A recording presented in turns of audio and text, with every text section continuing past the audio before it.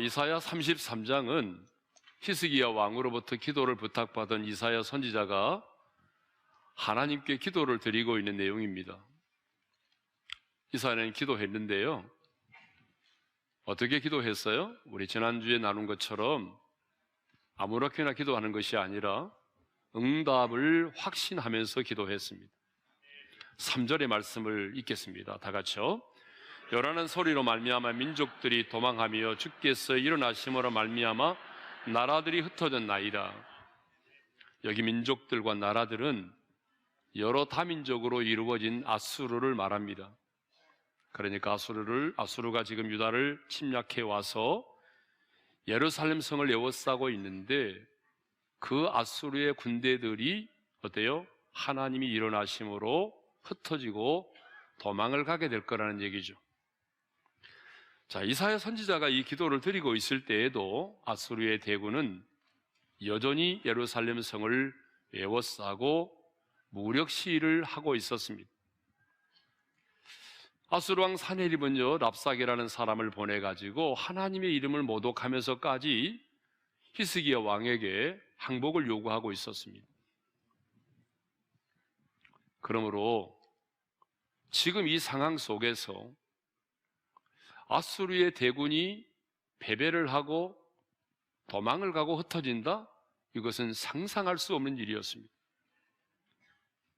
예루살렘 성이 함락을 당하고 유다가 패배하는 것은 시간의 문제였습니다. 그런데 이사야 선지자는 기도합니다. 주께서 일어나심으로 이 나라들이 흩어졌나이다. 아수르가 흩어질 것이다가 아닙니다. 흩어졌나이다. 이미 과거 완료를 썼습니다. 무슨 말입니까? 그만큼 응답을 확신하며 기도했다는 것입니다.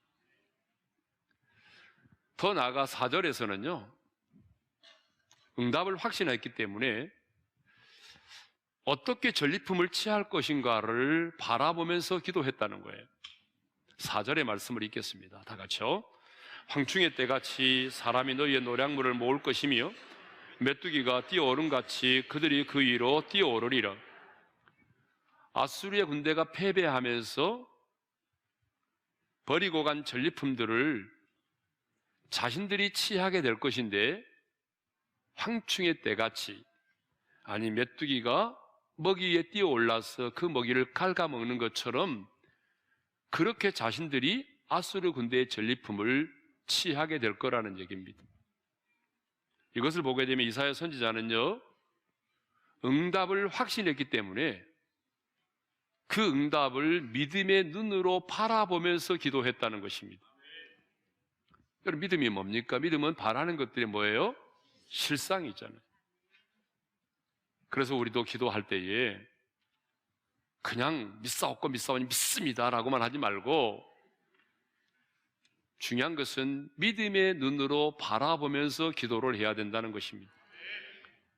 내가 기도했다면 하나님께서 행하실 그 일들을 바라보면서 그 기도를 통해서 하나님이 받으실 영광을 바라보면서 그렇게 기도를 해야 됩니다. 여러분이 정욕으로 구하지 않았다면, 좀 더 구체적으로 말씀드리면 어둠의 권세들이 떠나가는 그 모습을 바라보면서 사탄 마귀의 결박들이 풀어지는 모습을 바라보면서 치유와 회복의 모습을 바라보면서 자녀를 위해서 기도했다면 자녀가 변화된 그 모습을 바라보면서 믿음의 눈을 떠서 기도해야 된다는 것입니다. 여러분, 그렇게 기도할 수 있기를 바랍니다. 이렇게 아수르를 향하여 멸망과 심판을 예언하며 기도했던 이사야 선지자는 5절에 보니까 하나님을 찬양하기 시작을 합니다. 5절의 말씀을 읽겠습니다. 다 같이요. 여호와께서는 지극히 존귀하시니 그는 높은 곳에 거하시며 정의와 공의를 시온에 충만하게 하심이라. 여러분, 왜 이사야 선지자는 갑자기 하나님을 찬양하기 시작을 했을까요? 그 이유가 있습니다. 이사야 선지자가 아수르의 심판과 멸망을 위하여 기도하던 이사야 선지자가 갑자기 하나님을 찬양하는 데는 이유가 있어요. 그 이유가 뭐냐 하면 응답을 확신했기 때문입니다.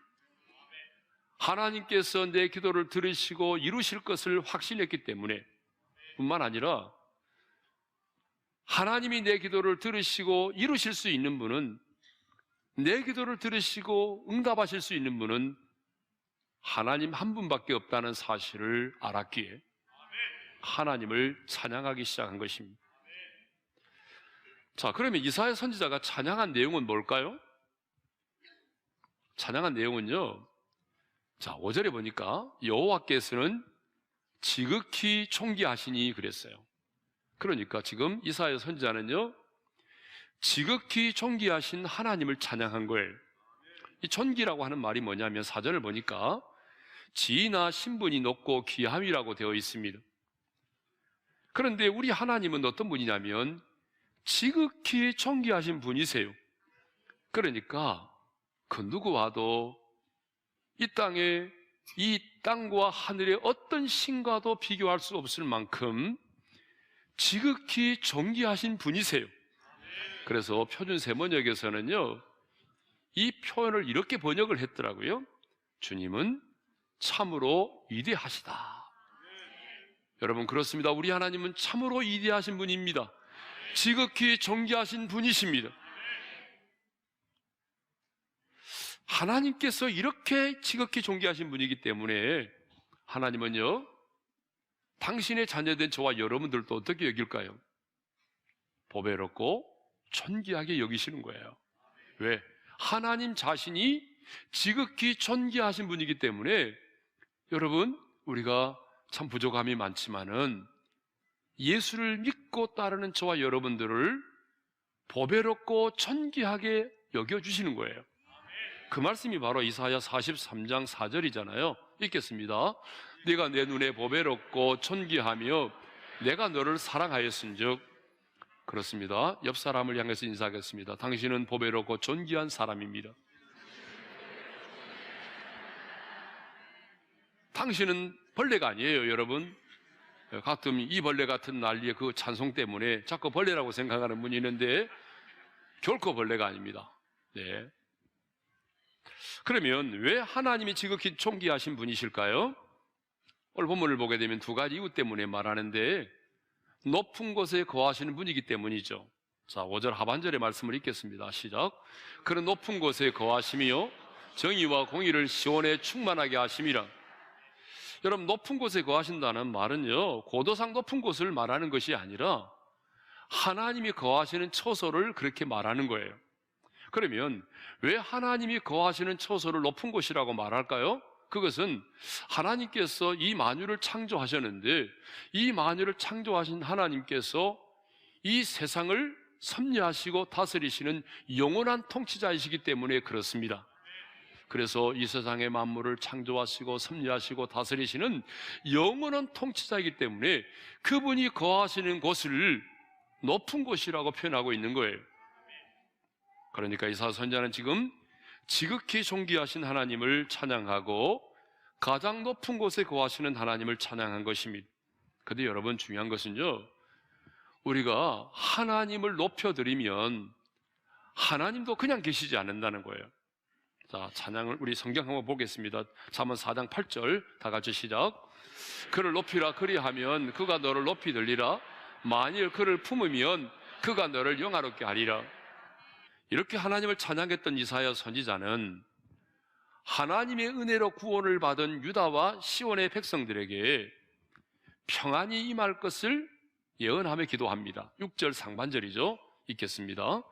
네 시대에 평안함이 있으며 구원과 지혜와 지식이 풍성할 것이니. 자, 평안함과 구원과 지혜와 지식은 서로 연결되어 있습니다. 하나님의 은혜로 구원을 받으면 당연히 평안한 것이고, 평안이 임하면 지혜와 지식 역시 풍성하게 되는 것입니다. 그러니까 한마디로 말하면요, 하나님의 은혜로 예루살렘을 에워싸고 있는 아수리의 군대가 도망을 치고 흩어짐으로 구원을 얻게 되면 평안을 누리게 될 것을 예언하고 있는 것이죠. 지금 아수르 대군에 의해서 둘러싸이는 유다 백성들에게 가장 필요한 것이 뭘까요? 평안입니다. 아수르 군대에 의해서 여러분 겹겹이 에워싸임을 당하고 있는 예루살렘 성의 거민들이 가장 필요로 하는 게 뭐예요? 돈이 아니에요. 평안입니다. 그런데 그들만이 아니라 지금 이 시대를 살아가는 우리들에게도 가장 필요한 것이 뭘까요?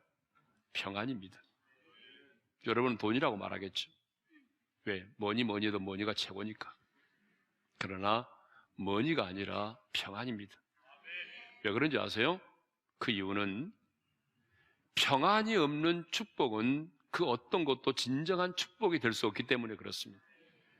아무리 여러분이 좋은 환경과 그리고 많은 연봉을 받고 그런 많은 수입이 있다고 할지라도 마음에 평안이 없다면 그건 축복이 아니에요. 그래서 하나님의 사람 다윗도 기도할 때에 시편 122편 6절에 보게 되면 이렇게 기도했어요. 다 같이요. 예루살렘을 위하여 평안을 구하라. 다시 한번 읽겠습니다. 시작. 예루살렘을 위하여 평안을 구하라. 예루살렘을 위해서 뭘 구하라고요? 평안을 구하라는 거예요. 여러분, 이 예루살렘은 신약시대에 뭘 말하죠? 교회를 말하는 거예요. 그러니까 교회의 평안을 구하라는 말입니다. 여러분, 우리 교회가 평안하지만 주님 오시는 그날까지 평안하기를 원합니다. 그래서 여러분들은 끊임없이 이 공동체의 평안을 위해서 기도해야 됩니다. 심지어 하나님은요, 저 바벨론의 포로로 끌려가는 유다 백성들에게 그 원수의 나라 바벨론 성읍의 평안을 위해서도 기도하라고 말씀하셨어요. 예레미야 29장 7절의 말씀을 읽겠습니다. 다 같이요. 너희는 내가 사로잡혀 가게 한 그 성읍의 평안을 구하고 그를 위하여 여호와께 기도하라. 이는 그 성읍이 평안함으로 너희도 평안할 것임이니라. 여러분, 포로로 잡혀가는 그 성읍의 평안을 위해서 하나님이 기도하라고 말씀하셨거든요. 그렇다면 여러분, 우리는 이 땅을 살아가면서 당연히 평안을 위해서 기도해야 되겠죠. 여러분의 가정을 위해서, 가정의 평안을 위해서 기도하십시오. 여러분, 몸된 교회의 평안을 위해서 기도할 수 있기를 바랍니다. 여러분이 몸담고 있는 직장의 평안을 위해서도 기도할 수 있기를 바랍니다. 심지어는 여러분들의 거래처까지라도 평안이 임할 수 있기를 위해서 기도할 수 있기를 바랍니다. 이제 이사야 선지자는 여호와를 경외함이 내 보배니라고 말씀하고 있어요. 읽겠습니다. 다 같이요. 여호와를 경외함이 내 보배니라. 다시 한번 읽습니다. 시작. 여호와를 경외함이 내 보배니라. 여러분, 보배가 뭘까요? 사전을 찾아봤더니 아주 귀하고 소중하며 꼭 필요한 사람이나 자산을 비유적으로 일컫는 말이다, 이렇게 되어 있습니다. 그러니까 그 누구와도 무엇과도 바꿀 수 없는 최고의 가치를 뭐라고 말하죠? 보배라고 말하는 거예요. 그런데 여호와를 경외함이 뭐라고요? 보배라는 거예요. 여호와를 경외함이 뭐라고요? 이쪽 동네는 반응이 왜 그렇게 없어요? 여호와를 경외함이 뭐라고요? 예, 보배, 소주가 아닙니다. 이 보배, 그냥 보배예요. 예. 자, 그러면 여호와를 경외한다고 하는 것은 무엇을 의미할까요? 자, 경외라는 한자로 보게 되면 공경할 경자에 두려워할 외자를 썼습니다. 그러니까 공경하고 두려워하는 것이 바로 경외라는 거죠. 그렇습니다, 여러분. 하나님을 경외한다는 것은 하나님을 무서워하는 것이 아니라 존경심을 가지고 두려워하는 것을 말해요. 내가 너무나 하나님을 사랑하고 존경하기 때문에 갖는 그 거룩한 두려움이 뭐예요? 그것이 바로 하나님을 경외하는 것입니다. 그러므로 여호와를 경외하는 것을 너무 복잡하고 어렵게 생각하지 마세요. 간단하게 말하면 이렇습니다. 여호와를 경외하는 것은 죄를 미워하고 악에서 떠나는 것입니다. 좀 더 쉽게 말하면 하나님이 미워하는 것을 내가 미워하는 것이고요, 하나님이 싫어하는 것을 내가 싫어하는 것이고요, 하나님이 좋아하는 것을 내가 좋아하는 거예요. 그게 뭐예요? 여호와를 경외하는 거예요. 하나님이 무섭고 두려워서가 아니라 내가 그 하나님을 너무나 사랑하기 때문에, 내가 그 하나님을 너무나 존경하기 때문에, 아니 내가 그 하나님과의 친밀함을 유지하기 위해서 거룩한 두려움을 갖고 하나님의 말씀을 지켜 행하는 거예요. 이게 뭐예요? 이게 바로 여호와를 경외하는 것입니다. 그런데 이사야 선지자는요, 여호와를 경외함이 뭐라고 말해요? 내 보배라고 말해요. 여호와를 경외함이 뭐라고요? 내 보배니라고 말씀하고 있어요. 그러면 이제 왜 여호와를 경외함이 보배인지를 생각해 보도록 하겠습니다. 시편 115편 13절을 보게 되면 이런 말씀이 있습니다. 읽겠습니다. 시작. 높은 사람이나 낮은 사람을 막론하고 여호와를 경외하는 자들에게 복을 주시리로다. 하나님이 누구에게 복을 주신다고요? 여호와를 경외하는 자들입니다. 뭐 높은 사람이나 낮은 사람이나 부한 사람이나 가난한 사람이나 할 것 없어요. 막론하고 여호와를 경외하는 자들에게 하나님은 복을 주신다는 거예요. 그러면 하나님께서 여호와를 경외하는 자에게 주시는 복이 뭘까요? 아니, 왜 여호와를 경외함이 보배가 될까요? 자, 세 가지 이유를 살펴보겠는데요. 첫 번째는요, 여호와를 경외하는 것이 지식과 지혜의 근본이 되기 때문에 그렇습니다. 잠언 1장 7절에 이런 말씀이 있습니다. 다 같이 읽습니다. 시작. 여호와를 경외하는 것이 지식의 근본이거늘. 따라서 하겠습니다. 여호와를 경외하는 것이 지식의 근본이다. 모든 지식의 근본은 여호와를 경외함으로부터 시작이 되는 거예요. 예? 우리 교회 와서 여러 차례 특강도 하신 장신대 교육학 교수인 그 박상진 교수님께서 여호와를 경외하는 것이 지식의 근본이다, 이 말씀을 이렇게 요약을 했습니다. 여경지근이다. 따라서 합시다. 여경지근. 여호와를 경외함이 지식의 근본이다, 이런 말이에요. 그런데 이어서 박 교수님이 이런 말을 하셨어요. 왜 여호와를 경외함이 지식의 근본이 되는지를 이렇게 설명을 했습니다. 내용은 굉장히 요약하면 이렇습니다. 여호와를 경외할 때에 권위를 인정한다는 것입니다. 여러분의 자녀가요, 정말 여호와를 경외하는 믿음을 갖게 되면 그 권위를 인정하게 됩니다. 가정에서는 부모의 권위를 인정하고, 또 학교에 가서는 선생님의 권위를 인정하게 되고, 직장에서도 상사의 권위를 인정하는 것입니다. 여호와를 경외하는 자는요, 그 권위를 인정하게 되어 있습니다. 그런데 요즘에는 권위 인정하지 않잖아요. 왜? 여호와를 경외하지 않으니까. 그러니까 여호와를 경외한 자는 권위를 인정하게 되고, 경청하게 되고, 새로운 성품이 형성하게 되고 꿈과 비전이 생기게 되고 통찰력을 갖게 된다는 것입니다. 그리고 이런 태도의 변화가 바로 학업 성취를 향상시키는 능력이 된다는 것입니다. 그러니까 여호와를 경외하는 자들은요, 여러분 공부를 잘할 수밖에 없다는 거예요. 예. 또 잠언 기자는 잠언 9장 10절에서 이렇게 말하고 있습니다. 다 같이요. 여호와를 경외하는 것이 지혜의 근본이요 거룩하신 자를 아는 것이 명철이니라. 여호와를 경외하는 것이 뭐라고요? 지혜의 근본이다 라고 말합니다. 여러분, 우리는 세상을 살아갈 때에 정보와 지식만을 가지고는 살아갈 수가 없습니다. 여러분, 남보다 뛰어난 정보와 지식을 갖는 것도 중요하지만요, 여러분 인생을 살아보니까 그 정보와 지식만을 가지고 살 수 있던가요? 아니에요. 정보와 지식보다 더 중요한 게 뭐예요? 지혜예요. 왜 그럴까요? 그것은요, 아무리 많은 정보와 지식을 가지고 있다고 할지라도 지혜가 없으면요, 그것을 활용하고 적용할 수가 없기 때문이에요. 그래서 솔로몬도 전도서 12장 13절에서 하나님을 경외하는 것이 모든 사람의 본분이다라고 말했어요. 읽겠습니다. 시작. 하나님을 경외하고 그의 명령들을 지킬지어다. 이것이 모든 사람의 본분이니라.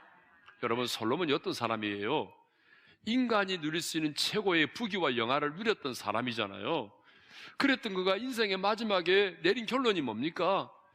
그가 그렇게 누렸던 세상의 수고와 그 모든 부귀와 영광도 다 헛되고 헛된 것이더라는 거예요. 결국 그가 깨달은 것이 뭐냐면 여호와를 경외하는 것이 인간의 본분이다라고 하는 거예요. 그것이 인간의 본분이라는 거죠. 자, 두 번째로요. 왜 여호와를 경외함이 보배입니까? 두 번째 이유는 하나님의 보호와 평안을 누리게 되기 때문에 그렇습니다. 여러분, 왜 예루살렘 성에 평안이 있기를 간구하던 이사야 선지자가 갑자기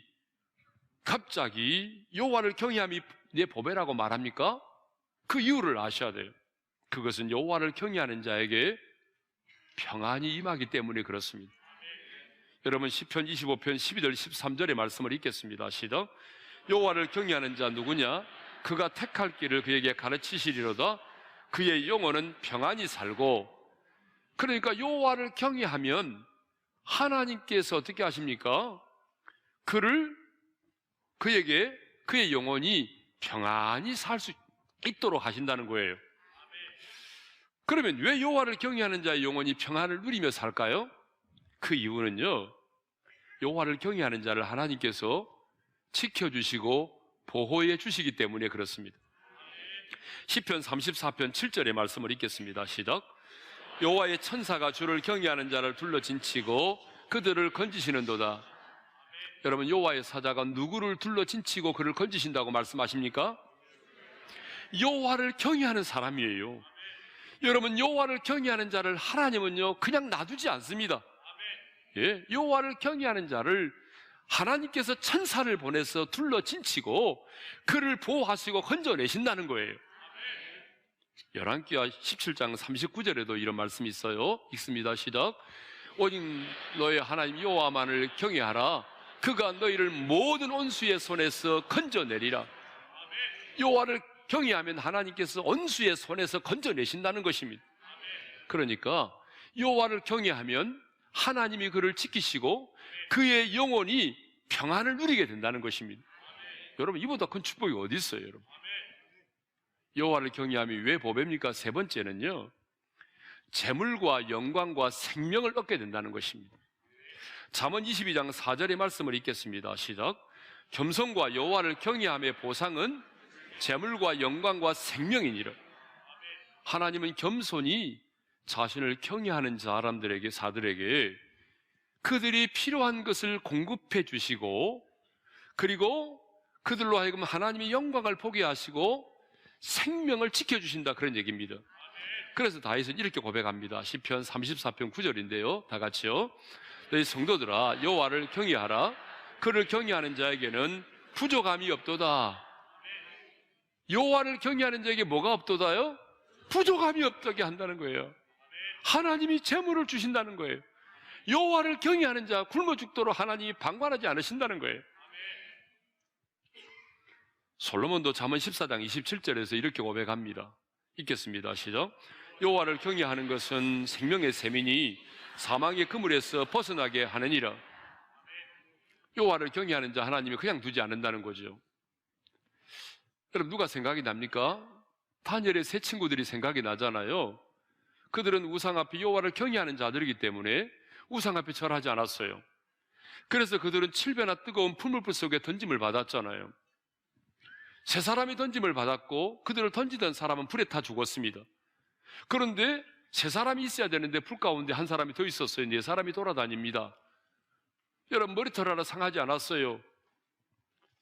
여러분, 여호와를 경외하는 자를 하나님이 어떻게 하십니까? 생명의 샘이 되어 사망의 그물에서 벗어나게 하신 것입니다. 하나님은 이렇게 여호와를 경외하는 자에게 이런 놀라운 복을 약속하셨어요. 자, 그러므로 우리는 어떻게 해야 될까요? 여호와를 경외하는 삶을 살아야 합니다. 우리만이 아니라 여러분 자녀들로 하여금 여호와를 경외하는 삶을 살아야 합니다. 여러분의 자녀들로 하여금 여호와를 경외하는 삶을 살도록 해야 됩니다. 하나님을 사랑하고 존경하기 때문에 거룩한 두려움을 가지고 죄를 미워하고 악에서 떠난 삶을 살아야 합니다. 왜 우리가 이렇게 여호와를 경외하는 삶을 살아야 됩니까? 그것은 여호와를 경외함이 우리의 보배가 되기 때문입니다. 왜 여호와를 경외함이 우리의 보배가 됩니까? 여호와를 경외하는 것이 지식과 지혜의 근본이 되기 때문입니다. 여호와를 경외하는 자에게 하나님께서 그를 지켜주시고 그 영혼의 평안을 주시기 때문입니다. 여호와를 경외하는 자에게 하나님이 재물을 주시고 영광과 생명을 얻게 하시기 때문입니다. 그러므로 우리는 여호와를 경외하는 삶을 살아야 합니다.